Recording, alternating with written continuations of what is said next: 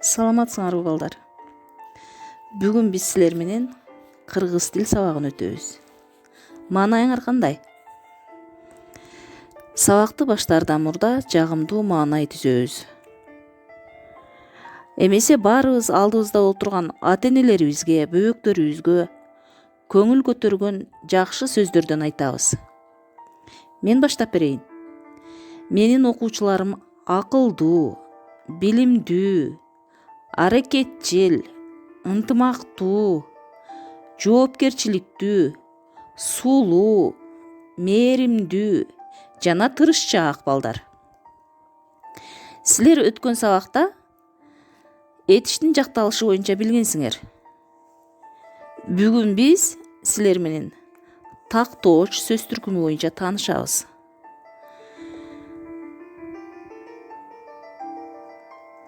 Бүгүнкү сабагыбыздын максаты тактооч жөнүндө түшүнүк аласыңар. Тексттен тактооч сөздөрдү суроо коюп таба аласыңар. Сулуу, катасыз жазууга машыгасыңар. Айтканыңарды жаза билүүгө үйрөнөсүңөр. Сабаттуу жазууга, өз алдынча иштөөгө үйрөнөсүңөр. Сабактан мурда мен силерге кадимки эле силер эс алууга барганда түшүп ойногон каруселиңер жөнүндө маалымат бере кетейин. Китебиңердин 127 бетинде карусел качан пайда болгон деген текст ачабыз. Балдар, биз сейил бактарга барганда каруселге дайыма түшөт эмеспизби? Кызыгы, ал мурда балдардын оюну эмес, жоокерлердин таймашы болгон экен. Илгери 12-кылымда испан тилинде бул оюнду каруселла деп атап коюшкан. Өйдө жагына алтын шакектерди тизип, аны кылыч менен чаап түшүрүү үчүн аттарды айланта жүгүртүп, таймаш өткөрүшкөн. Каруселдин туулган күнү 1871 жылдын 25 июлю болуп эсептелинет. Ушул күнү бизнесмен Уильям Шнайдер каруселге патент алган. Тегерек айланпанын үстүнө жасалматтарды орнотуп, андан жагымдуу музыка чыгарып, акча алууну ушул адам ойлоп тапкан. Азыр болсо сейил бактарды каруселсиз элестете албайбыз. Каруселде мурда оюнчук аттар гана болсо, азыр ар түрдүү оюнчук жаныбарлар орнотулган. Демек, биз ойноп жүргөн, көрүп жүргөн карусел биринчи Испанияда пайда болгон экен, балдар. Эми ушул тексттин ичинде башка тилден кирген сөздөр же болбосо биз бир аз түшүнбөй калган сөздөр болсо таанышып алалы. Карусел. Карусел деген сөздү тегерек айланма деген сөзгө алмаштырып колдонсок дагы болот экен. Таймаш, мелдеш, бизнесмен, ишкер, патент, иштөө үчүн уруксаат кагазы. Ошол бизнесмен, ишкер адамдар иш баштоо үчүн атайын алынган иш кагазы, уруксат алынган иш кагазы патент деп айтылат экен. Эми биз бүгүнкү негизги темабыз тактооч сөз түркүмүнө кайрылабыз.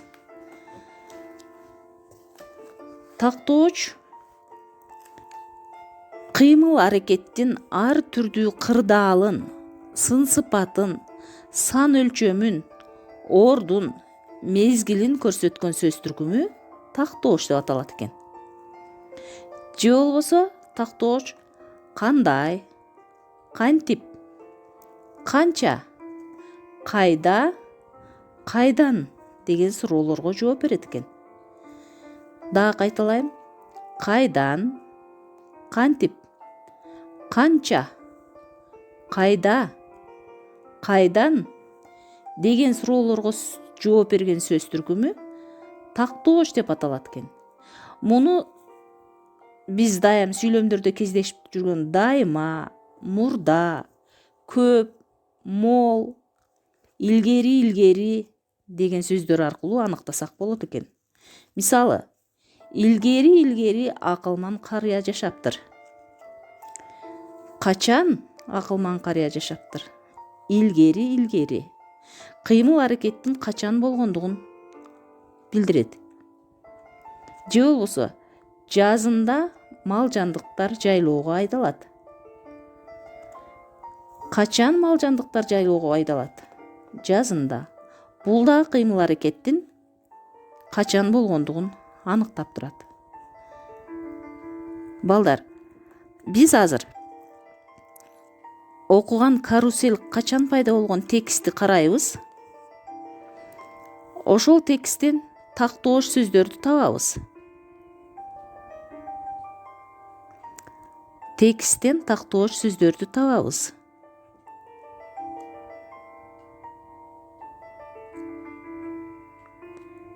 Таптыңарбы?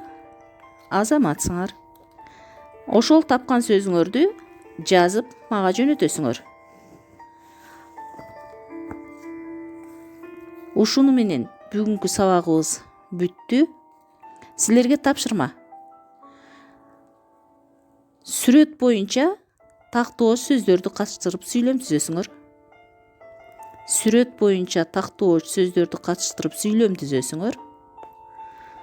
Экинчи, сөздөрдү ирээттеп жазып макал түзөсүңөр. Берилген сөздөрдү ирээттеп жазып макал түзүп мага жөнөтөсүңөр. Ушуну менен сабагыбыз аяктады. Көңүл бурганыңарга чоң рахмат. Эмки сабакка чейин саламатта болгула.